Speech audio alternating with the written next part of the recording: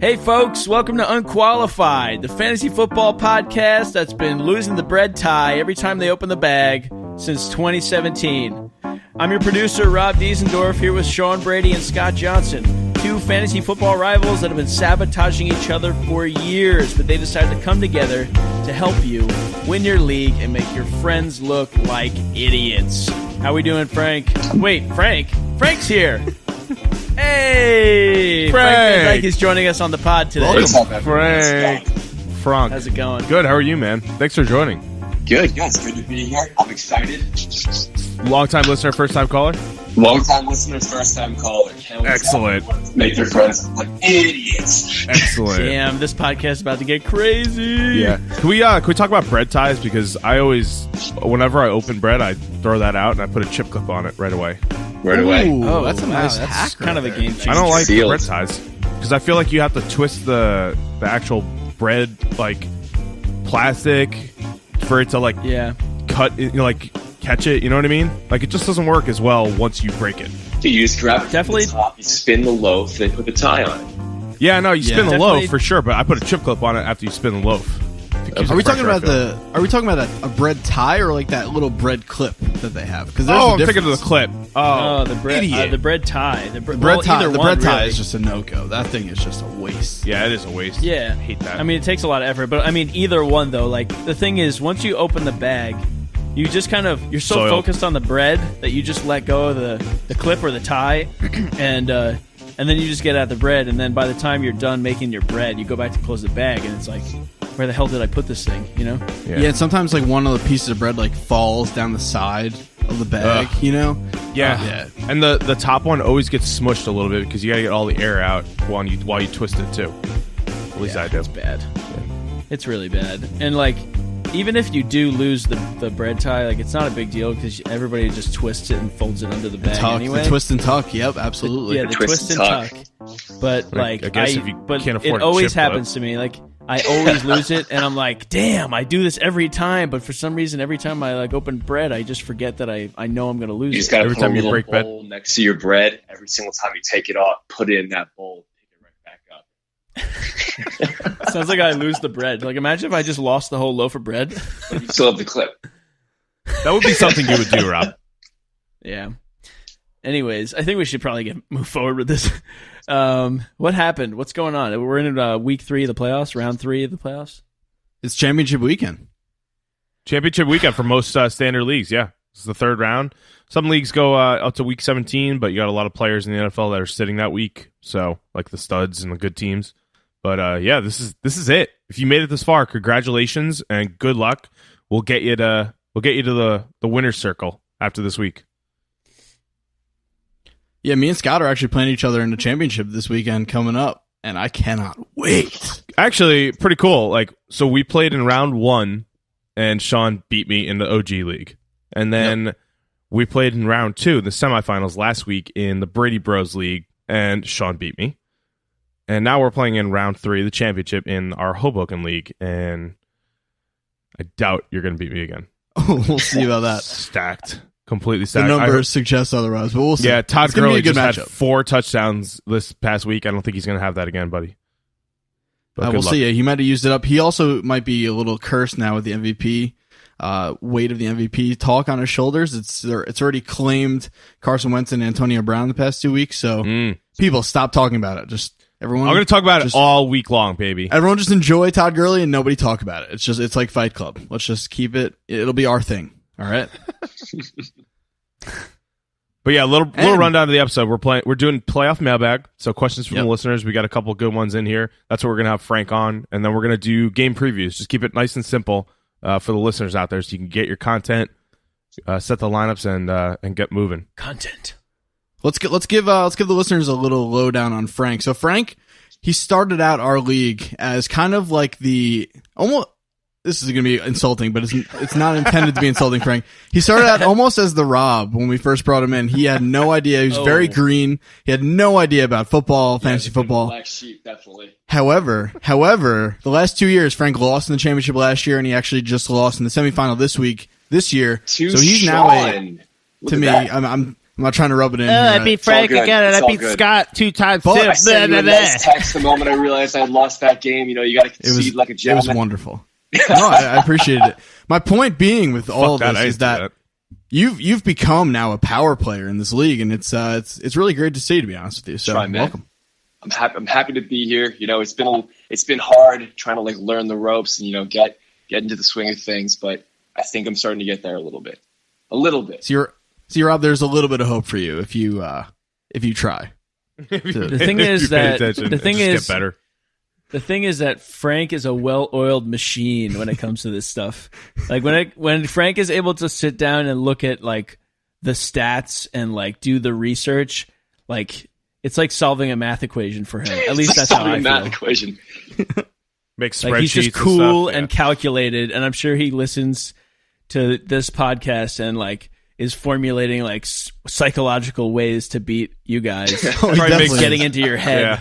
Probably makes spreadsheets while he breaks bread. While I break bread. And keep the clip. I unfortunately, I don't have the same stone cold abilities that Frank has, so I think he's going to do much better. Okay, it's time for the playoff mailbag. That's the segment where we have listeners send in questions and we answer those questions. Frank is going to be joining us. Guys, you ready? Ready. Oh, yeah, let's go. All right. Question number 1 comes from Andrew Mormon. Who are the most common players on championship rosters? First off, thanks, Andrew Mormon, for being just a frequent mailbag member. Really appreciate that.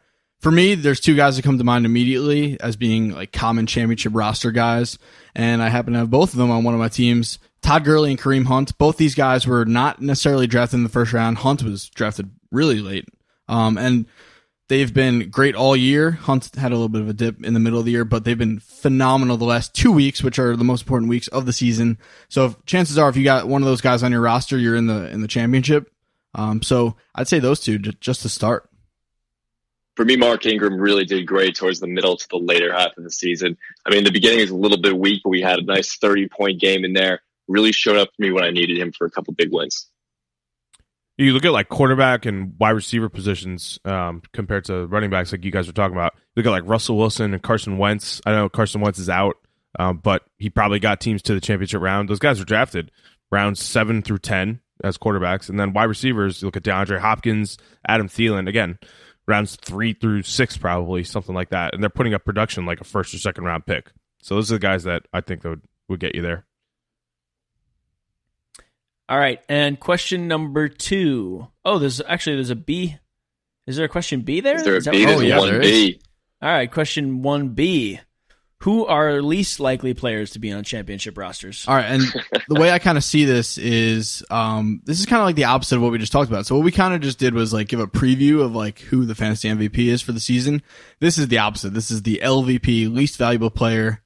And did you attribute this question to Corey Rando? Corey Rando, shout out. Nice question. Corey Rando, nice job, bud. For me, one guy comes to mind and one guy only. I guess there's a couple you can talk about, but Amari Cooper, this guy has been terrible all year. He was like a late second round pick, early third round, gave you absolutely nothing all year. He had 1 week where he was good. And if you have him on your roster, you're probably not in the championship because you wasted a really early pick on an absolute bust.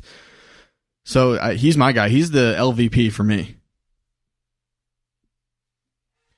Yeah, I mean, I got to go with Ezekiel Elliott a little bit. Obviously, he had games and stretches of games where he put up running back 1 stats, but he missed 6 games with a suspension. So it's probably not likely that teams rebounded from that. You also look at some LVPs of like Terrell Pryor on Washington, probably got cut by most teams, but he was drafted in like the 3rd or 4th round. Isaiah Crowell was drafted pretty early on. Same thing, round 3 or 4. Didn't put up the production there. Marshawn Lynch was drafted that early. So guys like that really didn't put up the production of a 3rd or 4th rounder. For me personally, I mean, kind of the reason why I'm not playing off against Scotty and Sean's going into that game.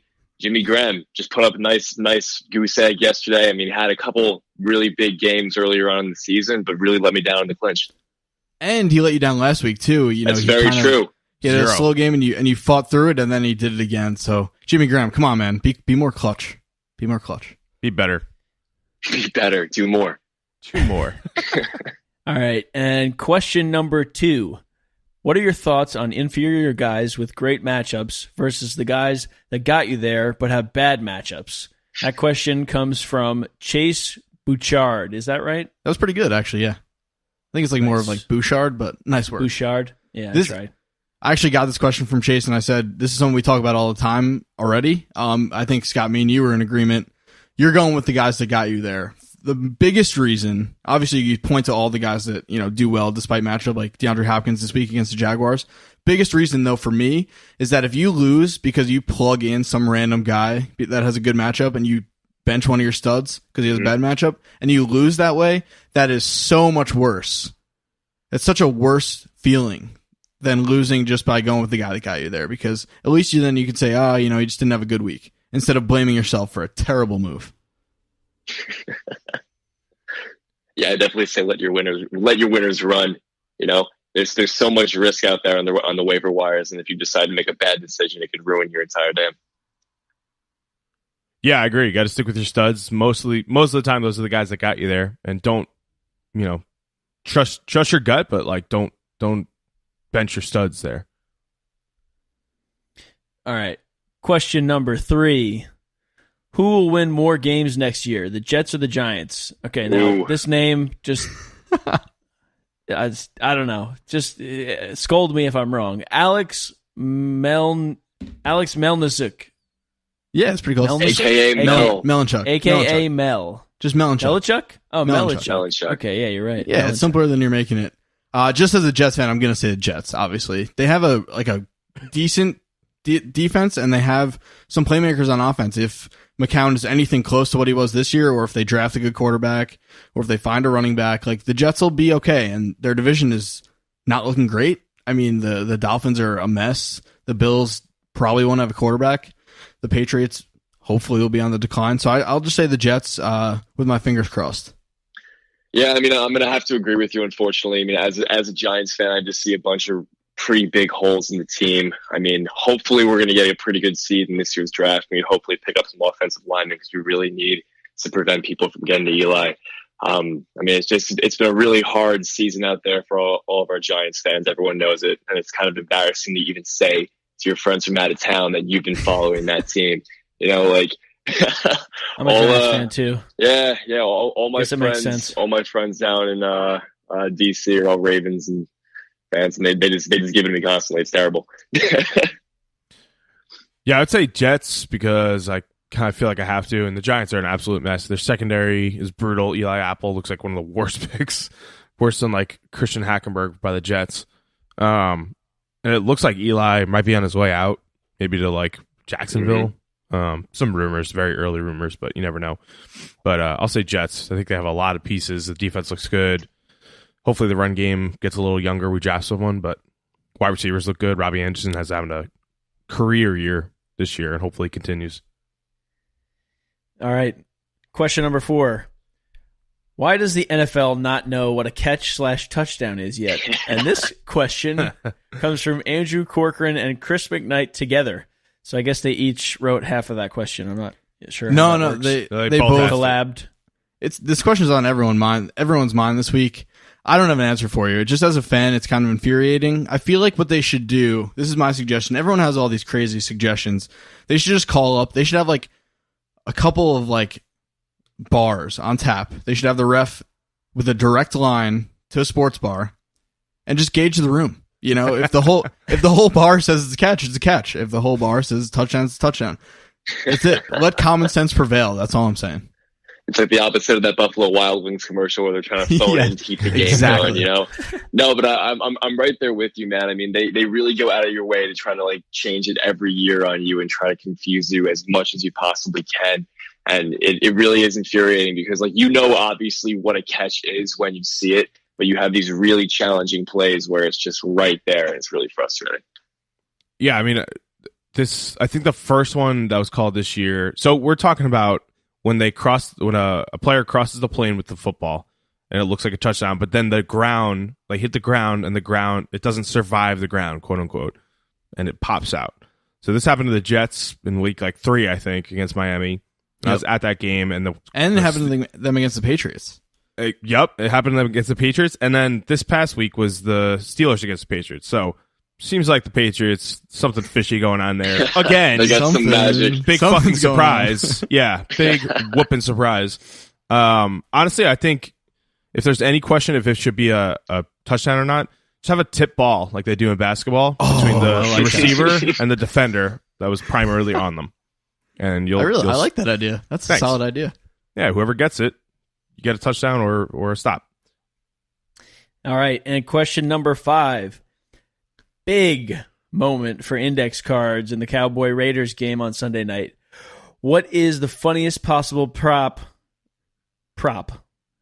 refs could use to measure first downs?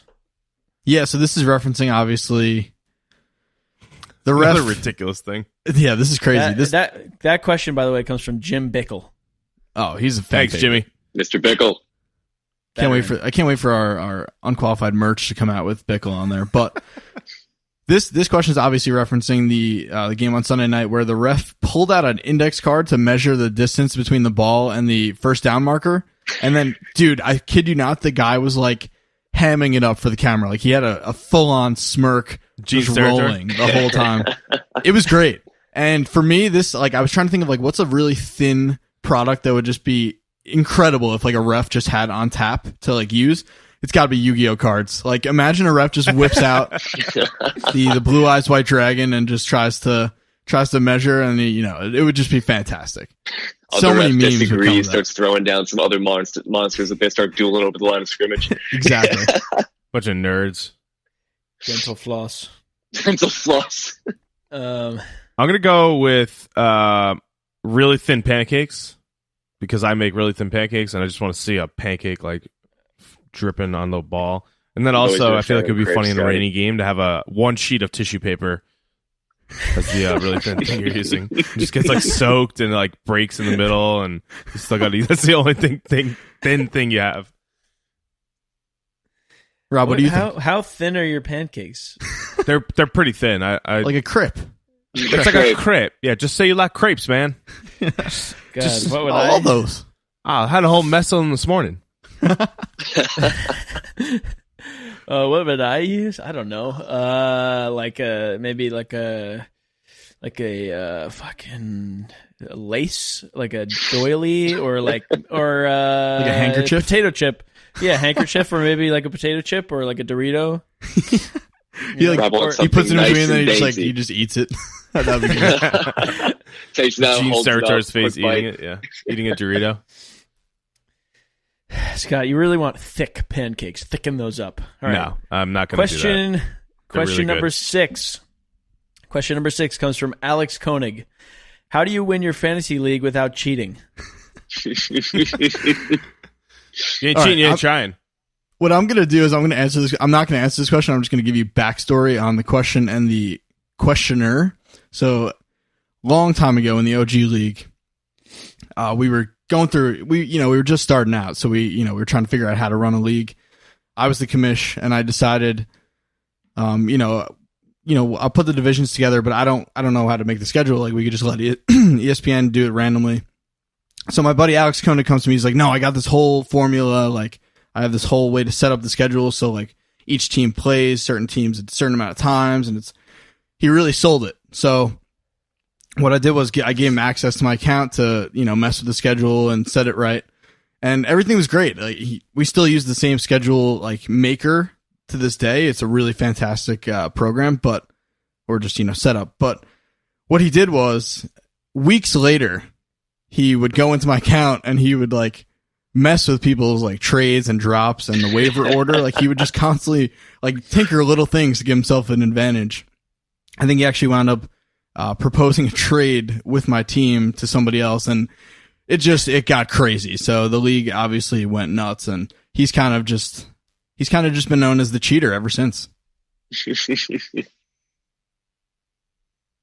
So I don't know how you win it without cheating, because I actually haven't won one yet, but that's my story on the whole backstory there. I don't know if I were to answer that. I mean, first of all, don't listen to me. Second of all, No argument you there. don't. If I had to actually come up with a plan to win a fantasy football league, it would involve cheating for sure. So that's all I can say. Well, besides like hacking someone's account, how could you really cheat? I'm just trying to like sabotage other around people, like maybe psychologically or emotionally. go to their house, take all their devices, smash them, prevent them from just getting trash online, talk so they them can't set their endlessly, lineups. or- Yeah, but the thing is, that's only one Distract person. them. Then, like that, you can't do that 8 or 9 times. You know, that's just Unless that's a you're lot. really good at it. Then, Yeah, if you're really dedicated, why not? You'd have to maybe like subtly distract them every time it's time to like change their lineup or something. Like Yeah, like call them I at don't like know. 12:50 I don't know. every Sunday. Yeah. So that about wraps it up for the mailbag. Thanks for the questions. Thanks for coming, Frank. It was a blast getting to pick your brain. Good to be here, guys. All right, let's get into our game previews for the championship week. We got 4 sections: good games, moderate games, bad games, and games we're unsure of. And Frank won't leave us alone, so he might interject here and there. But we're happy We're to have him. flying through these, by the way. We're flying through them. This is rapid fire, people, so get ready. This is going to be quick content and to the point, all right? Buckle your Start- seatbelts. This Yeah. content is on fire. Sit the hell down and get your seatbelts on now. Good games. We got Vikings at Packers. Great game. I think it's going to be a shootout. I would start all the guys you normally would start. I would probably still start Latavius Murray. I would sit McKinnon. The one guy in particular I want to talk about is Jordy Nelson. He got nothing going even with Aaron Rodgers back. I think you can't trust him in your championship week. It's going to hurt to sit him when you drafted him probably in the second round, but you can't trust him this week. Yeah, the guy that had the biggest upside or uptick in production was Randall Cobb when Rodgers came back. So start Rodgers, put Cobb in your flex in a PPR league especially, and then I wouldn't feel bad about playing Latavius Murray on the Vikings as a running back too. He's been getting the work to do that. Next game we got Falcons at Saints. This one scares me. I'm playing against a couple teams that have like Kamara and Julio or Kamara and Freeman. It's just a mess. So the fact that I'm scared of this game just means start everybody. Tevin Coleman is a question mark. I probably wouldn't start him just because he's still banged up, and Freeman has just been phenomenal. He was good this week on Monday Night Football. And Michael Thomas is resurgent. He's a guy you got to plug in no matter what. Yeah, one guy that I kind of like low-key in this game is Mohamed Sanu. Past 2 weeks, I mean, we're still on Monday night against Tampa Bay. He's only has 2 for 23 as of the fourth quarter, but New Orleans, last game he played, he had 6 catches, 83 yards, and a touchdown. So it could be a low-key start right there, especially in PPR leagues. Next one, we got Seahawks at Cowboys. This is another one that could be a shootout. The Seahawks are not stopping anyone, so I actually like all the Cowboys this week, including Dak. I think, depending on who your QB is, I think Dak could be a nice play. Zeke is back, so that just opens things up for everybody else. So I like Dak, Zeke, Des Bryant. I even like Jason Witten. On the Seahawks side, it's Russell Wilson, and Doug Baldwin's a wide receiver too. That's it. Yeah, Baldwin's been brutal the past couple of weeks. Honestly, I don't know what to do about Jimmy Graham. He has 1 catch for -1 yards the last 2 weeks, so I would think about benching him. Even if you have like a Jack Doyle type, play Jack Doyle over him. If you have any other tight end that has some production, I would play him over Graham. Yeah, maybe like a Greg Olsen type. Yeah, Greg Olsen, Charles Clay, those guys that are coming back from injury, I would play them over Jimmy Graham. And then Zeke's back, so don't play Alfred Morris, don't play Rod Smith anymore. They're pretty much done. Last good game we got, Jaguars at 49ers. Oh, man, Jimmy G is making this just a really fun game. I'm excited to see what he does against this defense. I think you're obviously still starting Jacksonville's defense if you have them. As good as Garoppolo's been, it's a tall order to go against that team. Hyde is a guy I would fade a little bit. I think he's still a running back too. I wouldn't bench him, but don't expect a huge game from him. So that's a little iffy. Goodwin, is a nice flex if you don't have anybody else. And then on the Jaguar side, just, start Fournette, start Marquise Lee in your flex spot. That's about it. Yeah, honestly, Jimmy Garoppolo is looking like a good streaming option this week, championship week. He does not look like it. Obviously, they're home, and he's been good. I think he's 3-0 as a starter with the 49ers and looking at Goodwin, but Goodwin's going to get bottled up. He doesn't have the talent level to really overcome the 2 best cornerbacks in the league. Yeah. So I would just downgrade every single 49er. I'm thinking of not playing Hyde in one of my leagues next week. And Jaguars, Bortles is a good streaming option. Yeah, against you. Duh. Bortles is an interesting streaming option. I would rather have Bortles this week than Jimmy G. to put it in Yeah, perspective. I'm down with that. As much as I make fun of Blake Bortles, he's been on fire the last couple of weeks. Yeah. Frank, anything with the good games? How do you like the takes there? They're hot? Nice. Oh, we got a nice crisp thumbs up. yeah. Smoking Chris games. thumbs up. Yeah, thank you for that. All right, moderate games. Let's move right along here. We got Rams at Titans. Well, if the Seahawks couldn't stop the Rams, I really doubt the Titans are going to.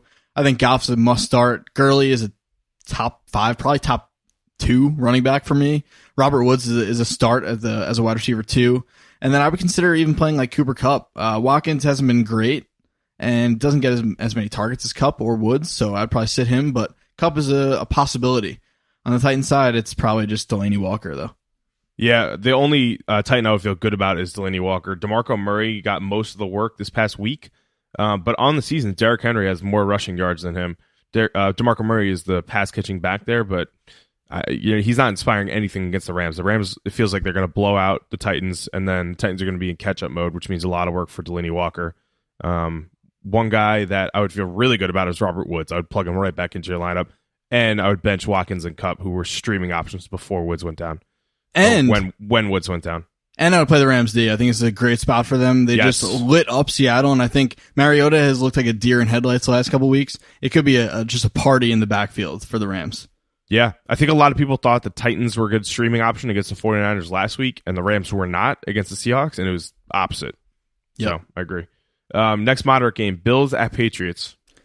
This is interesting. The Patriots were a little bit out of sorts this week against the Steelers. I mean, obviously it's a big time game, and they got kind of lucky that Antonio Brown went out injured. But the Bills, outside of LaShawn McCoy, you're not starting anyone. Clay is a possibility at tight end, but I feel really good about McCoy in this game. I think he's going to run all over the Patriots. I think this might be a pretty close game. And then start your Patriots. Don't get cute. With Burkhead out, I think Deion Lewis is a stud this week. Yeah, the only guy I would think about playing as a running back on the Patriots is Deion Lewis now. Maybe James White serves as a flex PPR streamer because Burkhead is out. Burkhead should be back for the playoffs, so this is just kind of like a 1 or 2 week thing. But don't bench any of the Patriots. The only Bills I would feel good about are Charles Clay, somewhat good about, and then LaShawn McCoy, obviously. Next game, we got Dolphins at Chiefs. Interesting game. The Dolphins are just like a real Jekyll and Hyde team, but Kenyon Drake is pretty steady. I think he's a running back 1, probably lower end, obviously. But he's a guy that you got to plug in there. He is one of those unlikely guys that did get you to where you are right now in the championship round. So start Drake. I think Jarvis Landry has a nice week here. So, especially in a PPR league, fire him up. And then on the Chiefs, start Hunt, start Hill, start Kelsey. I'd probably still sit Smith, but if you're desperate, that's an option too. Yeah, Smith has also been one of the top 3 quarterbacks in standard leagues for this year, so not a bad option if you have nothing else. Like if you have Marcus Mariota or Jameis Winston, I would play Smith over them. It's going to be a potential shootout. The rest of the Chiefs, yeah, I agree. But Kenyon Drake, the biggest knock on him was that he couldn't handle a big workload. For the past 3 weeks, he's had 23, 25, and 16 carries, respectively, and then 3, 5, and 6 catches. So he's handling the big workload. Damian Williams might be back this week coming up, so just be careful with that. But I would still play Drake as a running back 1 or 2. And then we got Steelers at Texans, next moderate game. With Antonio Brown out this week, I think Le'Veon Bell is in the class of 2, really, with Todd Gurley. I think Le'Veon Bell is going to have a humongous game this week. I think Juju Smith-Schuster will be a nice option. I think he's like a low-end wide receiver 2, high-end flex guy with Brown out. And Jesse James, again, if you're desperate at tight end, is a possibility. He probably could have gotten in the end zone this week. Obviously, we talked about that.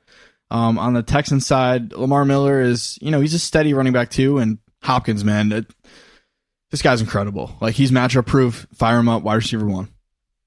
Yeah, the biggest question mark, obviously Brown is out, but biggest question mark is probably Big Ben and his production, how he's going to do. I would feel fine about starting him. He's been on a tear lately.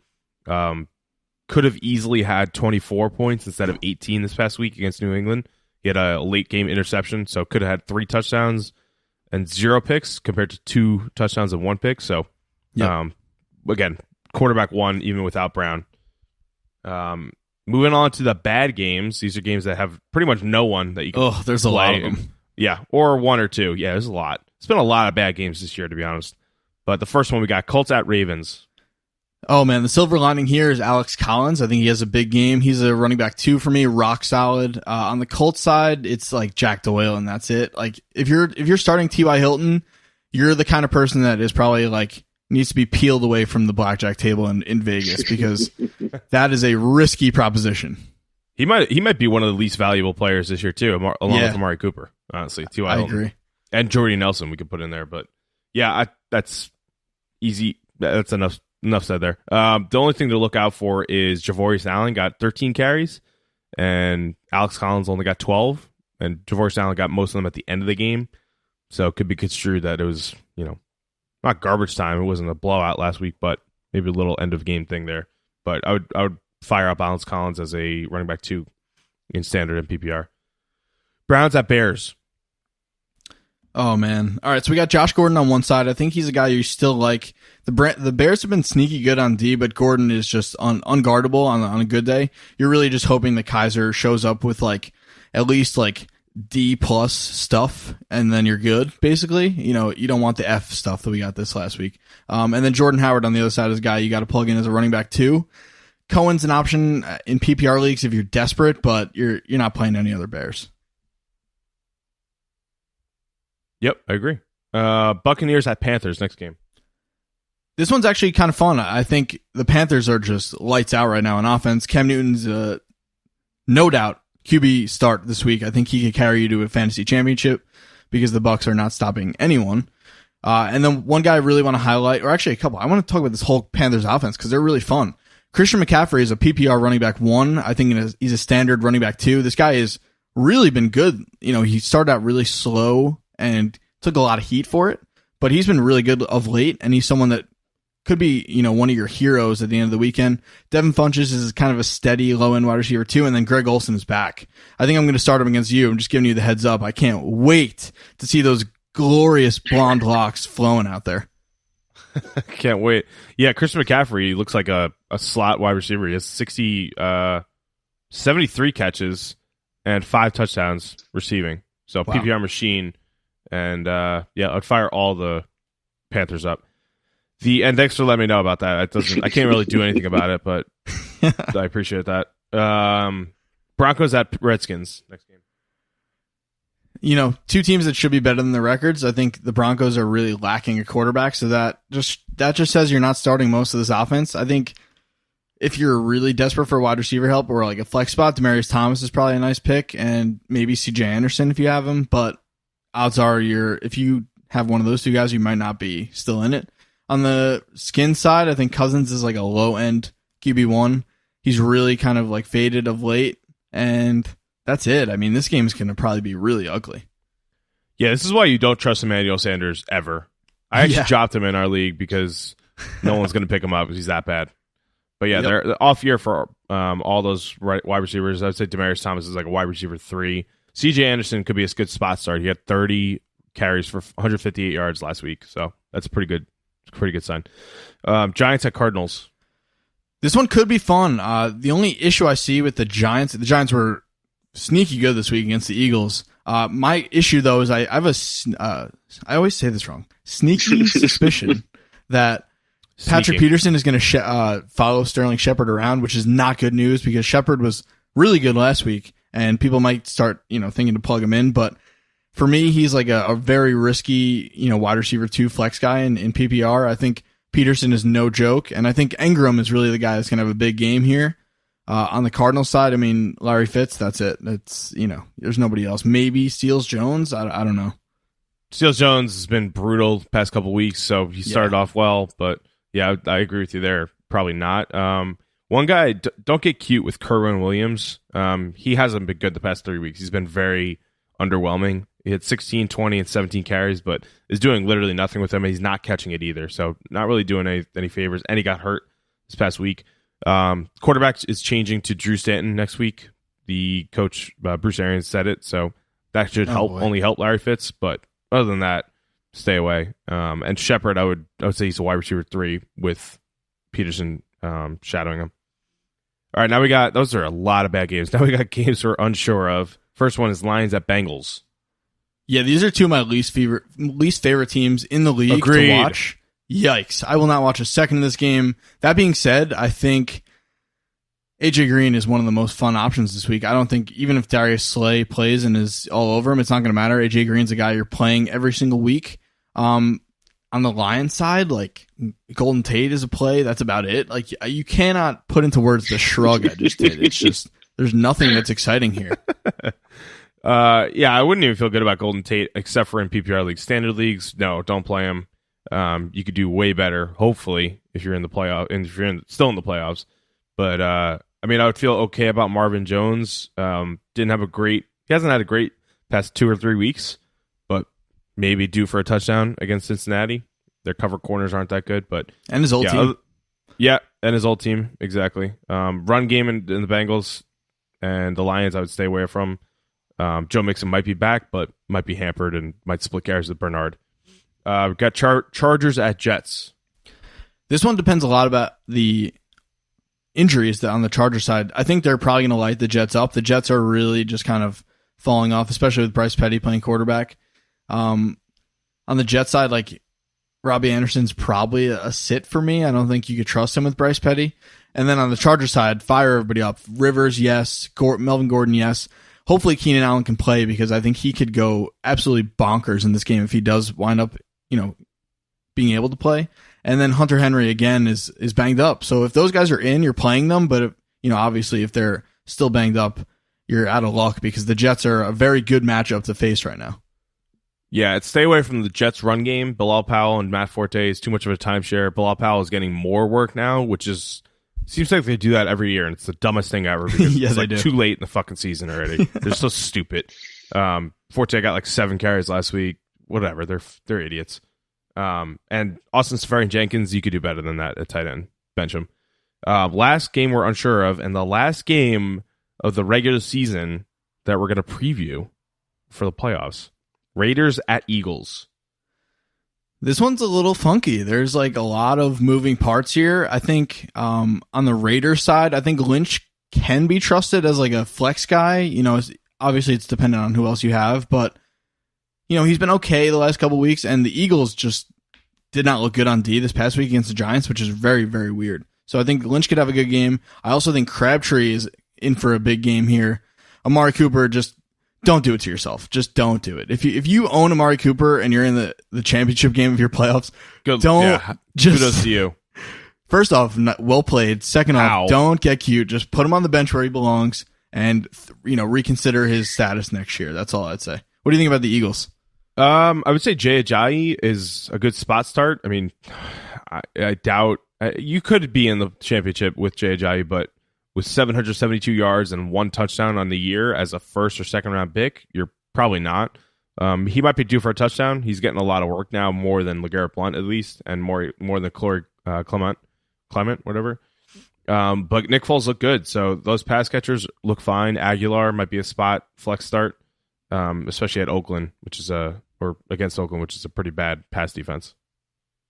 And Ertz, baby. He's in for a huge game, I think. One of my favorite players in the league, Zach Ertz. And that's it for the last game we're unsure of. Wow. All the games.